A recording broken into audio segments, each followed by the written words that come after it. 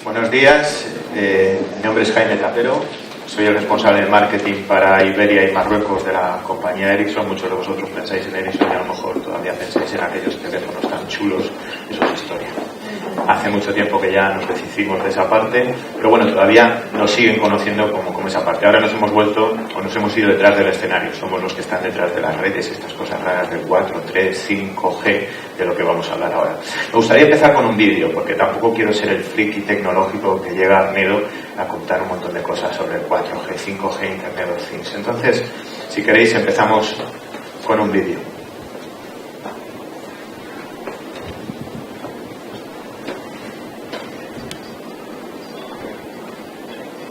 ¿Tiene sonido?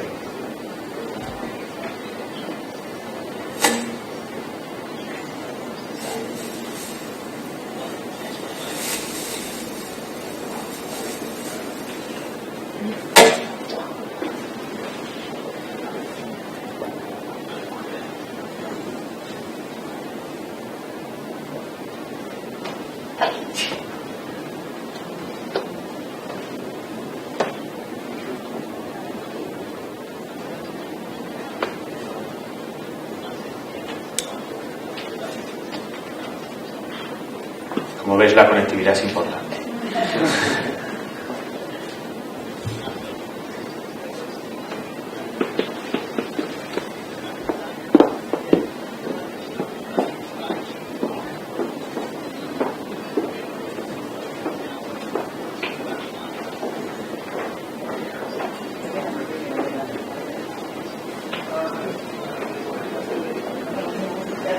Bueno, yo destacaría sobre todo, aunque haya sido sin audio, la parte más importante es Together. Y en el fondo no hacemos otra cosa que tratar de construir un ecosistema sobre el que podamos trabajar con empresas, no solo con operadores, sino con vosotros también.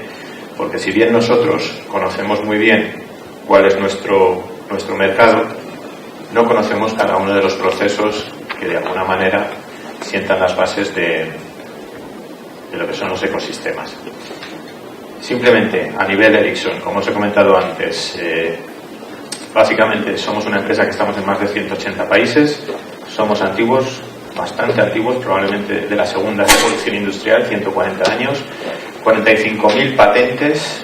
Esto da una idea del esfuerzo de innovación. La inversión que tenemos también en esta parte son 26.000 los ingenieros que tenemos alrededor del mundo trabajando en temas de I+D. Y yo creo que los datos más importantes o fundamentales es que el 40% del tráfico móvil que pasa a lo largo del mundo corre por nuestras redes o redes gestionadas por nosotros, nuestras propietarias. Y lo más interesante desde el punto de vista de IoT, que es un poco de lo que vamos a hablar en esta jornada, es que el 50% del tráfico celular de IoT también está manejado por nuestras redes. Sinceramente, esta fue mi primera experiencia digital. Yo cuando hablaba Oscar de la parte de esas historias, ¿no?, del PC, mainframe, yo casi soy del PC. Soy del año 77, con lo cual yo me iba a casa de mi vecino y prácticamente mi primera interacción digital no dejaba de ser esta. Sin embargo, la semana pasada estuvimos en Talavera de la Reina, básicamente con uno de nuestros clientes, Telefónica, y presentamos a nivel mundial el primer autobús conectado, autónomo, en 5G. Ahora bien, dices, bueno, yo me fiaría de un autobús autónomo conectado por 5G. Básicamente es la evolución del 4G, lo veremos más adelante. Pero bueno, yo siempre digo lo mismo. A principios de siglo, cuando se inventan los ascensores, tú no te montabas en un ascensor si no había un ascensorista que daba el botón. Sería impensable en aquella época. No, yo no me meto ahí solo. Bueno, esto llegará. Es decir, la tecnología va avanzando. Es probable que desde luego no sea simplemente desde el lado tecnológico, sino también de los ecosistemas, la seguridad de los gobiernos. Pero yo creo que el ejemplo del ascensor abre mucho la mente, en el sentido de que era impensable. Tenemos que tener un poco la cabeza o la mentalidad abierta. Vemos cosas ahora que dices, bueno, no es aplicado. Bueno, pues otro lo va a coger. Porque decíamos que ninguna empresa grande. El principal problema que tenemos las empresas grandes con implantación a nivel mundial es que nos sale una startup en cualquier país del mundo y en 2 años podemos estar tambaleándonos. O sea, ese es el problema y también la bonanza. El problema desde el punto de vista mío, trabajando ahora mismo para Ericsson. Pero yo creo que también enriquece mucho el ecosistema y da una idea. Simplemente contrastar estos dos ejemplos de lo que hemos visto. Bueno, Internet of Things. ¿Qué es Internet of Things? Definiciones, todas las que queráis. Nos podemos volver locos con transformación digital. Uno entiende Internet of Things de una manera. Yo la manera más simple que veo de definir Internet of Things es crear una dimensión virtual de todo lo físico. Imaginaros que cualquier elemento físico que podemos tocar, que podemos ver en esta sala, tiene una dirección IP. Esto es decir, que se conecta a una red y dice: hola, soy una silla y esto es lo que hago. Se identifica dentro de esa red. Es como una presentación en una sala. Hola, soy un papel y esto es lo que hago. Básicamente eso es el Internet of Things. Esa posibilidad de que todo lo físico tenga una representación virtual. Ahora bien, ahora mismo no hay Internet of Things. Mucho que nosotros también intentemos presionar de alguna manera con que estén. Lo que tenemos ahora mismo simplemente son dispositivos conectados. Internet of Things es una idea más amplia, donde no simplemente el dispositivo habla con un controlador, sino que el dispositivo habla con otros dispositivos. El ejemplo más claro, imaginaos ahora, se oye mucho el coche conectado. El coche conectado en este momento simplemente lo que recibe son contenidos, está conectado a lo mejor con alguna autoridad de tráfico, etcétera. La idea es que ese coche hable con la carretera hable con la autoridad de tráfico, el semáforo le hable al coche. O sea, estamos hablando de que no establecemos un canal de comunicación entre dispositivos y algo central, una plataforma, sino que todos los dispositivos se presenten, sean conscientes en la red y de alguna manera empiecen a intercambiar ese tipo de datos. No es ciencia ficción. Probablemente una de las dos cosas o factores que van a cambiar el mundo tecnológico dentro de los próximos años sean la inteligencia artificial, eso que es necesario en ese análisis de datos, y probablemente la conectividad, en este caso 5G. Hablaremos más adelante de la parte de 5G. Hablábamos antes del tipo de transformación. Bueno, aquí lo curioso es que, si os dais cuenta, el primer telar, finales de 1700, la primera cadena de montaje, finales de los 1800, tenemos ya los primeros programadores controlables hacia 1969 y ya estamos en esta industria 4.0, olvidados del nombre, 4.0, 5.0, al final esto también es un poco, me interesa más 5.0 por el tema de 5G, por supuesto, pero si os dais cuenta, 100 años, 50 años, y vamos a menos. Lo que decíamos antes, o espabilamos o estamos fuera. Al ritmo que ahora mismo estamos digiriendo la tecnología, salen nuevos modelos de negocio a los que no estamos ni acostumbrados ni todavía podemos vislumbrar el potencial que tienen. ¿Cómo se trabaja eso? Con ecosistemas. Lo veremos más adelante.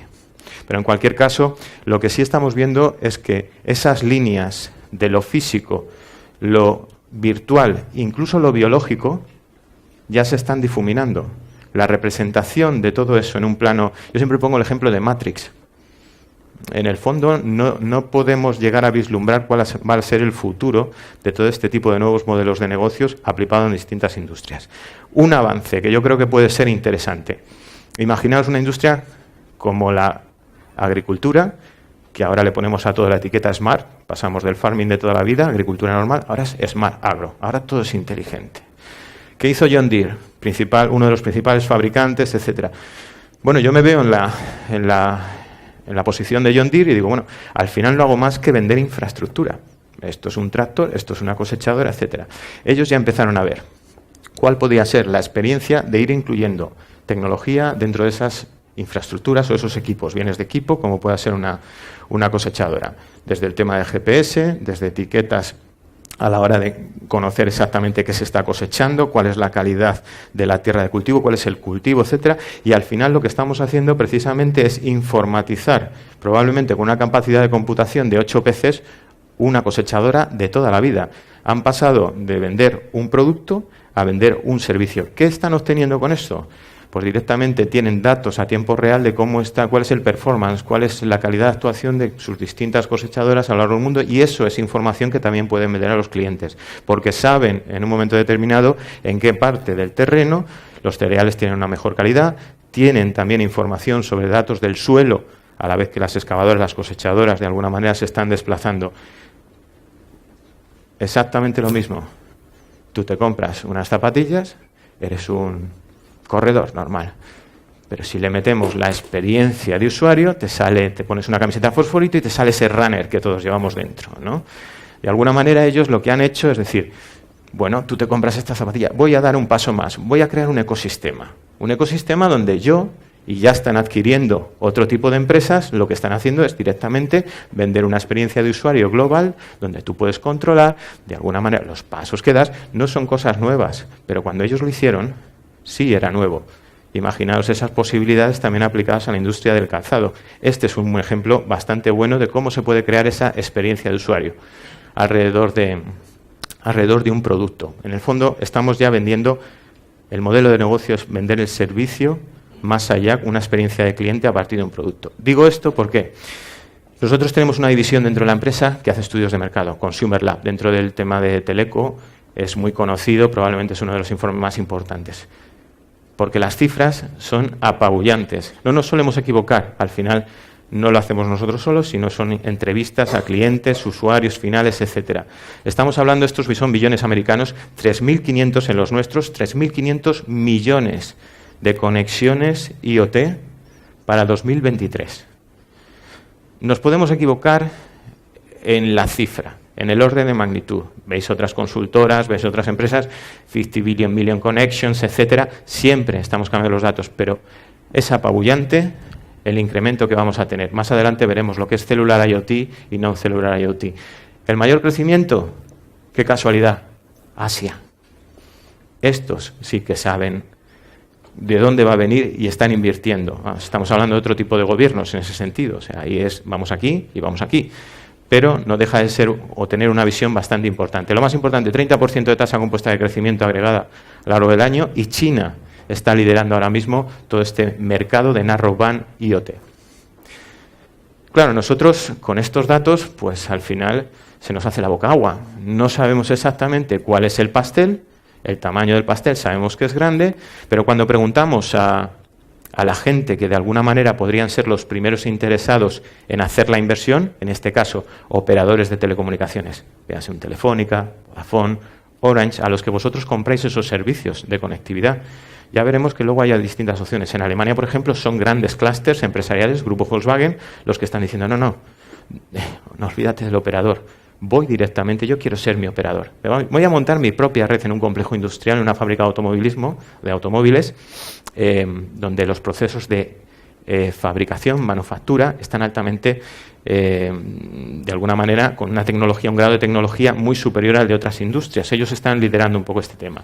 Pero bueno, cuando preguntamos, lo que sí ven claro es que a estos operadores, el 100% de los entrevistados lo que dicen es que no sé exactamente, pero seguro que IoT, y eso coinciden todos, va a ser una de las principales factores a la hora de aumentar la retención de los clientes. ¿Por qué? Porque ahora mismo yo simplemente estoy dando servicios de conectividad, lo que quieren es evolucionar dentro de esa cadena de valor. El 70% también son muy sinceros. Si os digo la verdad, la estrategia de IoT no la tenemos clara. Esto es una cosa que tenemos que apuntar el resto, porque si el operador no lo ve claro, muchas veces nosotros somos los que vamos a empezar a proporcionar esos casos de uso para el operador, para que el operador dé ese paso adelante. Teniendo en cuenta, sobre todo, que 2/3 de los beneficios que van a tener de aquí al 2026 van a venir precisamente de esa digitalización de las empresas que antes veíamos. Ya no se trata simplemente de, oye, asegúrame una línea de conectividad, sino decir qué productos, qué servicios puedo ofrecer a mis clientes y para los que te necesito, vamos a poder implementar. El 60% creen que no se van a quedar solo en proveedores de servicios de red, y lo que quieren, como no son tontos, efectivamente es el 80% lo que dice, oye, yo quiero evolucionar a esa cadena de valor hacia arriba. ¿Cómo evoluciono? Simplemente de proveer servicios de red, pues directamente creando servicios o habilitando la creación de nuevos servicios para los clientes. Todos coinciden en que el foco está en el Cellular IoT, el 70%, y otra de las cosas importantes, muy en relación con la primera ponencia de Óscar, es que el 90% coincide en que la seguridad es un topic, es un aspecto súper importante. No me extraña, porque visto lo visto actualmente en todos estos escándalos, etcétera, al final sí que tenemos que garantizar, tanto los operadores como los proveedores, como todo el ecosistema, cierta seguridad en todo el tema de las comunicaciones. Más allá de esto, otro aspecto importante yo creo que destaca bastante es que el 60% de ellos dice, bueno, al final la riqueza es de estos datos que vamos a obtener. Yo no necesito conectar prácticamente todo si no puedo extraer una información útil O sea, no se trata de medir por medir, muchas veces al final es hasta desinformación. Pero sí que hay un data analytics de toda esa cantidad de datos donde se establecen unas correlaciones, esos famosos algoritmos que te hacen ganar unas elecciones, todo este tipo de cosas, al final es ese análisis de datos que va detrás de esa tecnología. Importante, hablamos antes de la transformación digital. Bueno, no os cuenten historias. Al final, todo empieza de la misma forma. Optimización. Si nosotros vamos a invertir en algo, el primer elemento, yo creo, inicial, más allá de que el objetivo sea otro, es optimizar los procesos existentes. ¿Y esto qué es? Ahorrar dinero, básicamente. Implementamos tecnología para ahorrar en una primera fase dinero. La segunda, efectivamente, pueden ser en paralelo, no digo que sean una secuencia, pero siempre más o menos hemos visto que existen estas etapas o progresiones en la transformación digital. La segunda es la evolución. Vamos a desarrollar nuevos modelos de negocio. Probablemente ya no soy solo yo, sino con un ecosistema, con un conjunto de clientes. Y por último, esa transformación entera de lo que es el negocio. Esto es el cambio disruptivo que dices, ¿y esta empresa de dónde ha salido? Estos son los pocos, además, normalmente suelen ser disruptores, suelen ser startups, que de alguna manera más tarde luego son absorbidas, pero bueno, la idea no deja de venir de un ecosistema de startups. ¿Qué estamos haciendo con IoT? Bueno, me gustaría explicaros más o menos cuáles son los distintos puntos o ítems que tenemos dentro de la cadena IoT. El primero es la conectividad. Todo está en el centro de la conectividad. Si no tenemos una conectividad, pues nos podemos ir olvidando de muchas cosas. Daros cuenta que, siempre lo comentamos, ¿no? Hemos tardado casi 100 años en conectar 1.000 millones de lugares, el teléfono fijo, y en solo 20 años hemos ya traspasado o superado la barrera de los 5.000 millones de personas conectadas. Bueno, la siguiente revolución ya no son lugares, ya no son personas, hablamos de cosas. Y eso es por lo que, de alguna manera, 5G, y ahora entramos en ese bloque, va a tener un papel fundamental. Ya estáis oyendo todo el mundo, ¿no? A estos teléfonos tan chulos, etcétera. Pues cuando llegue 5G, de momento no hay dispositivos, pero es otra tecnología. 5G, para entenderlo, no está pensada para las personas, está pensada para las cosas. Hace todas las comunicaciones mucho más eficientes, tanto desde el punto de vista del espectro, la latencia, el consumo de cada uno de esos dispositivos que podríamos implementar en nuestras factorías, y lo que hace es optimizar todo ese uso. Me gustaría tocar el aspecto de conectividad, la parte de gestión, seguridad, vamos a pasar muy por encima, la parte de colaboración. Yo creo que la conclusión de esta jornada, por lo menos desde mi parte, es esa. Os voy a dar un ejemplo de Fictonic. Sé que hay una persona también aquí de IFEMA con la que hemos estado trabajando en Fitur en concreto, en otra feria, no tiene que ver, pero es realidad virtual aumentada. Estuvieron ahí en la inauguración los Reyes de España, etcétera, probando esas gafas que tienen aplicación también, yo creo, muy interesante para otros temas de la industria del calzado. Y, por supuesto, al final, pues, bendito dinero o maldito dinero, pero todos estamos aquí para hacer negocio. Conectividad. Bueno, ¿qué es la latencia? Bueno, ahora me va a empezar a hablar de rollos de estos, de la red, etcétera, y nos vamos a dormir todos. La latencia es el retardo en la propagación, en la recepción de una señal. Básicamente, ¿esto qué significa? Bueno, vosotros entráis en el móvil, entráis en una página y ese vídeo que no carga. Ese vídeo, esa desesperación. Bueno, esto ya está demostrado. El índice de carga cognitiva, más o menos el estrés que tú puedes tener, en un retraso, simplemente en una aplicación móvil, es comparable a ver una película de terror. O sea, las pulsaciones, esto está demostrado, un 38%. O sea, esto ya genera, no me descarga el vídeo. Y esto, aunque os parezca mentira, no es un drama. Pero la gente se pone nerviosa. ¿Y qué ocurre también? Que abandona, dice, pues no carga, me voy. Somos así, es la sociedad del aquí, ahora, inmediato. Y si no, no lo quiero. Entonces, fijaros que hasta el Net Promoter Score, que es un poco la actuación, es decir, promoverías, de alguna manera recomendarías, en el momento en que hay un retardo, una latencia, te baja a -4. Puedes tener la mejor aplicación, pero la latencia te ha arruinado toda la historia. Me gustaría que vieseis esto. Esto es vivir con latencia. No sé si tenemos audio. No, vale. No es necesario. Fijaros, él lleva unas gafas de realidad virtual. Vais a ver en esta esquina lo que él está viendo, pero fijaros lo que supone jugar a algo tan simple como el ping-pong con un retardo. persona está totalmente perdida.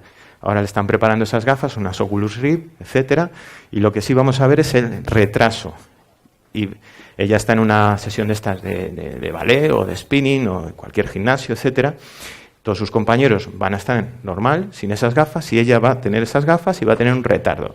Fijaros. Probando, efectivamente, la webcam. Hay pocos fabricantes ahora de este tipo de gafas. Fijaros, esto es lo que ve ella.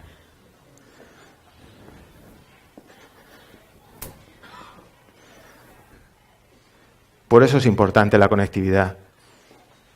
Porque cuando estamos hablando de un sensor que manda una información 3 veces al mes, esto da igual. Pero cuando estamos hablando de un proceso de fabricación, cuando estamos hablando de un coche autónomo, no podemos tener esto. Esto es un accidente. Esto es un producto de mala calidad. Entonces, esto es 5G. Bajamos la latencia a menos de 1 milisegundo. En la cocina, en cualquier lado. O sea, es que es básicamente como que vas con 1 hora menos directamente en todo lo que haces. No es capaz ni de acertar a poner el huevo en la taza. Simplemente con un retardo. No estamos hablando de nada más. Bueno, al final acaba donde la compañera le echa la bronca de decir no has conseguido ni echar un huevo en la sartén. Pero yo creo que este vídeo es muy explicativo de lo que significa esa conectividad. Es que no importa simplemente conectarse con cualquier cosa. Y ahora hablamos. IoT. Tenemos una parte de conectividad que puede ser celular, utiliza frecuencias de telefonía móvil, lo que estamos acostumbrados, y la parte no celular. Hay otros protocolos, Sigfox, LoRa, etcétera. Más complicado en el sentido que no garantizamos esos requisitos y es por eso por lo que a la hora de elegir un tipo de conectividad necesitamos saber qué tipo de dispositivo es único, es multidispositivo, qué localización es indoor, es outdoor, dónde está, qué servicios tiene, los planes de tarifa, el coste por dispositivo, la latencia. Ya habéis visto un ejemplo muy bueno. O sea, yo no puedo conectarme a una red que me dé unos requisitos de latencia que no son los que yo necesito. Efectivamente, lo bueno que tiene esto es que no todo el mundo necesita lo crítico, sino que podemos ofertar una serie de servicios en función de ¿qué hace usted? Pues mire, yo mando un dato desde este dispositivo 3 veces al mes para medir la contaminación atmosférica. Bueno, pues usted necesita una latencia de este rango. Entonces podemos ir ofertando de alguna manera cuáles son los requerimientos. Básicamente, 2 tipos de IoT. Y aquí, muy claro, el masivo y el crítico. ¿Diferencias? Bueno, el masivo lo que hace es que tengo cantidad de dispositivos, muchísimos dispositivos, que dicen, hola, soy un medidor de humedad. Perfecto, encantado. Entro en la red, me identifico y pues de estos, cantidad. ¿Qué tienen? Pues una duración de la batería enorme, porque claro, al final, si tienen esta tasa de transmisión, no tienen de alguna manera que transferir, utilizar mucho. Una frecuencia muy alta, además, etcétera. Y luego tenemos los otros, que son los críticos. Estos ya son los serios, en el sentido de, por ejemplo, todo el tema aplicado a industria, todo el tema aplicado a transporte, etcétera, donde son menos los dispositivos o, por el contrario, necesitamos una cantidad de datos, un volumen de datos mucho mayor. Con lo cual, ¿qué ocurre? Que necesitamos una latencia bastante menor a la hora de trabajar con ellos.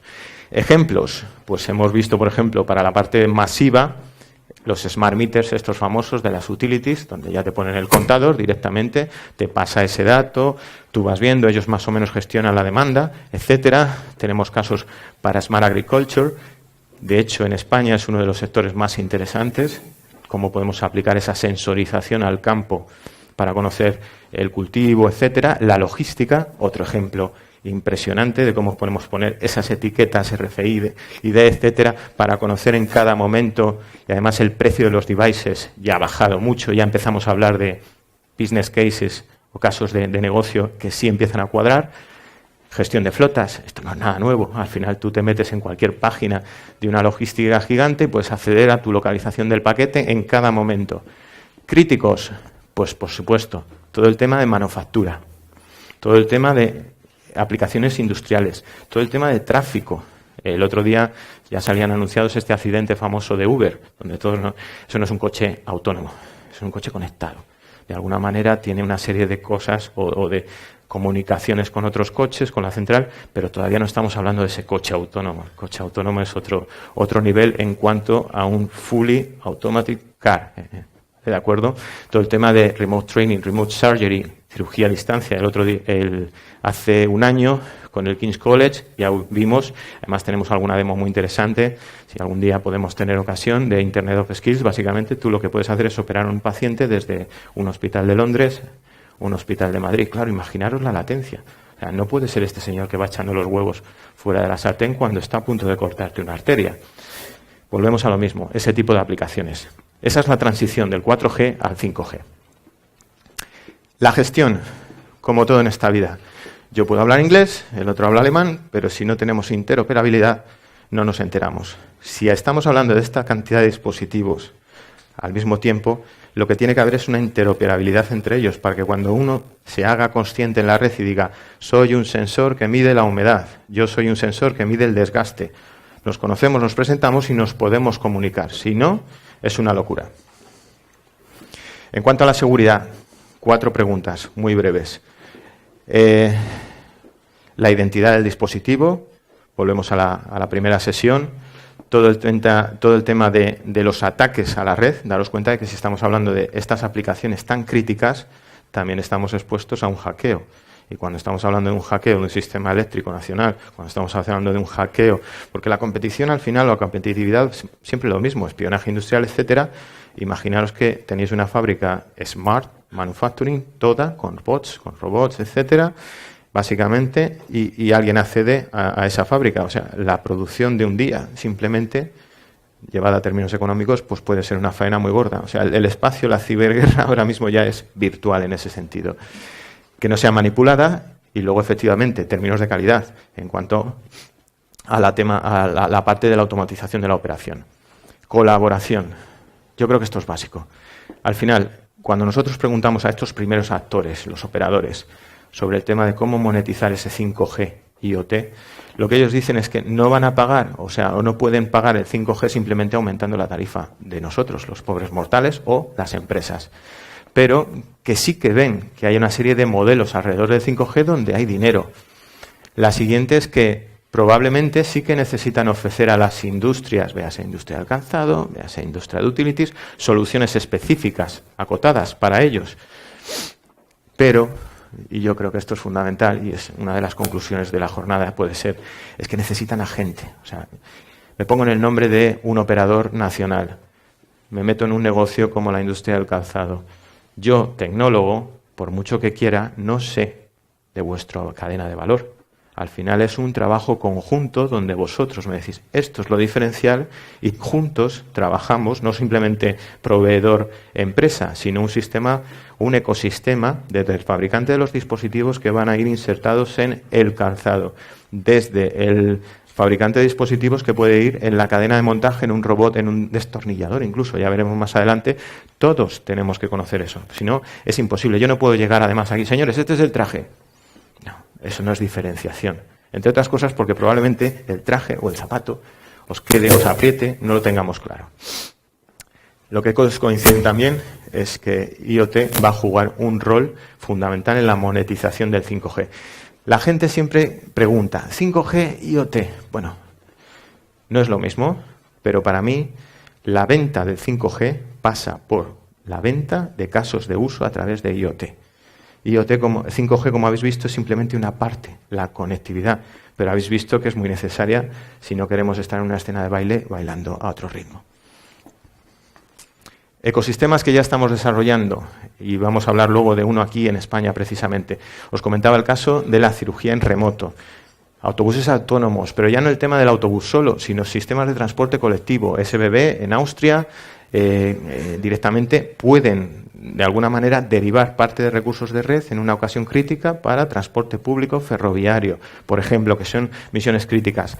Nuestra matriz sueca, efectivamente, ya tenemos ejemplos de lo que es un remote mining, o sea, las condiciones, muchas veces en una mina a 80, 100 metros bajo tierra, pues no son las mejores para un trabajo. Si podemos operar directamente a distancia, en Barcelona, en el Mobile World Congress, tuvimos una demo muy ilustrativa a tal efecto, donde teníamos 2 excavadoras con un mando, un joystick de toda la vida.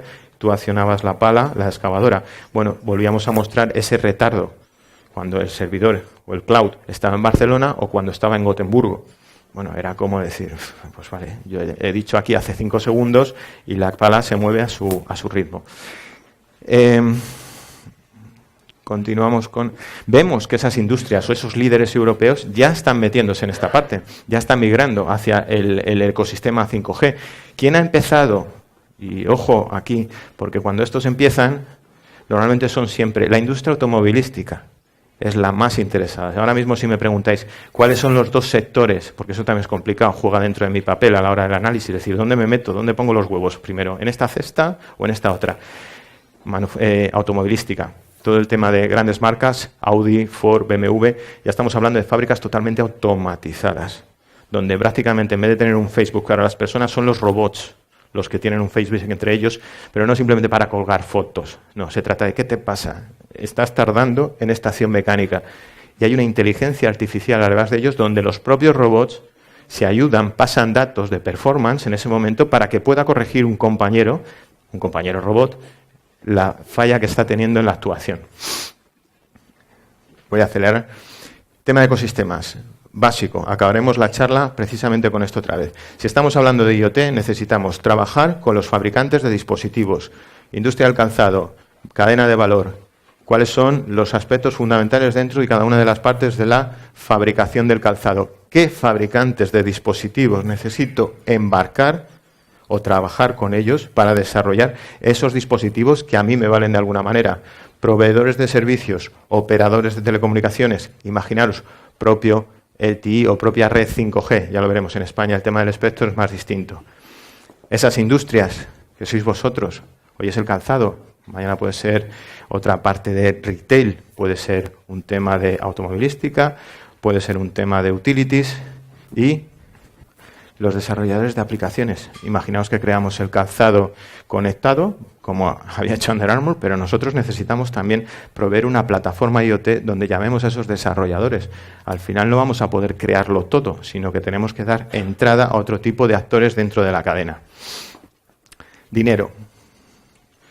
Básicamente, hace 2 años nosotros empezamos un estudio, también con esta división que tenemos dentro de la casa, donde dividíamos una serie de sectores donde veíamos que había una serie de oportunidades. Como veis, agro, auto, energía de utilities, etcétera.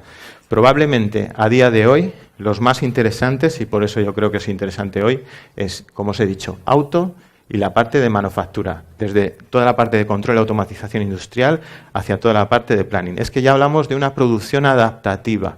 ¿Por qué tengo que estar en la fábrica si yo ya puedo conocer exactamente, no yo, sino una inteligencia artificial de sensores, etcétera, puede estar comunicando con los flows directamente de lo que son logísticos a la hora de fabricación? Cuando yo puedo tener esa información online de la experiencia de cliente en la tienda, hablamos de grandes grupos a nivel nacional que ya están haciendo eso, yo puedo tener ese input y ya puedo estar cambiando la manera de producir, adaptándome a ese nuevo requerimiento, más allá de todo lo que es la optimización y la eficiencia de costes. Si hablamos de dinero, claro, aquí al final, cuando vamos a vender esta idea, lo que nos dicen es, ¿cuál es el valor? Pues son 619 billones, esto es a nivel mundial, dólares americanos, 619.000 millones de euros repartidos, como veis, en una serie de industrias, pero lo que hemos visto es que es difícil verlo en silos, en industria. Es decir, no, yo soy manufactura, yo quiero solo esto. No. Lo que hemos hecho desde Ericsson es crear una serie de clústeres. ¿Qué es un clúster? Bueno, pues al final son una serie de requisitos tecnológicos que podemos aplicar a distintas industrias.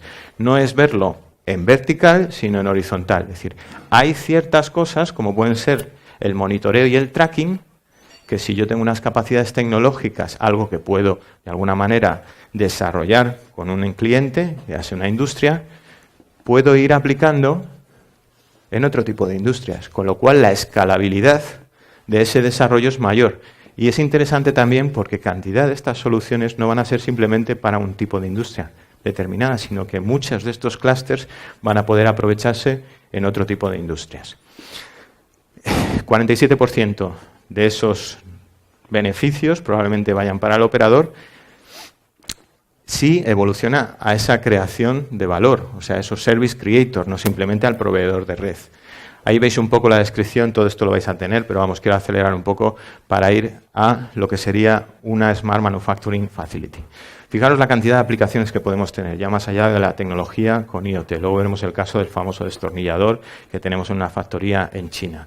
¿De acuerdo? Pero desde un punto de vista de casos de uso, de automatización, dentro de la fábrica, dentro de la producción, estamos hablando de la cadena, la automatización de la cadena de suministro, todo el tema de procesos de línea, controles de robot en el cloud, simplemente en temas de automatización. Si hablamos de casos de localización, la gestión del activo, todo el tema de gestión de almacén, logística de almacén, todo el tema, bueno, salud y seguridad de los trabajadores, por supuesto, y luego todo el tema de monitorización, los casos de uso de monitorización, desde el tema de control remoto de la planta de fabricación, todo el tema de tráfico, el mantenimiento preventivo, predictivo, un ahorro de costes también bastante importante, más allá de los temas medioambientales. Al final lo que se trata es que no tenemos un centro de producción aislado.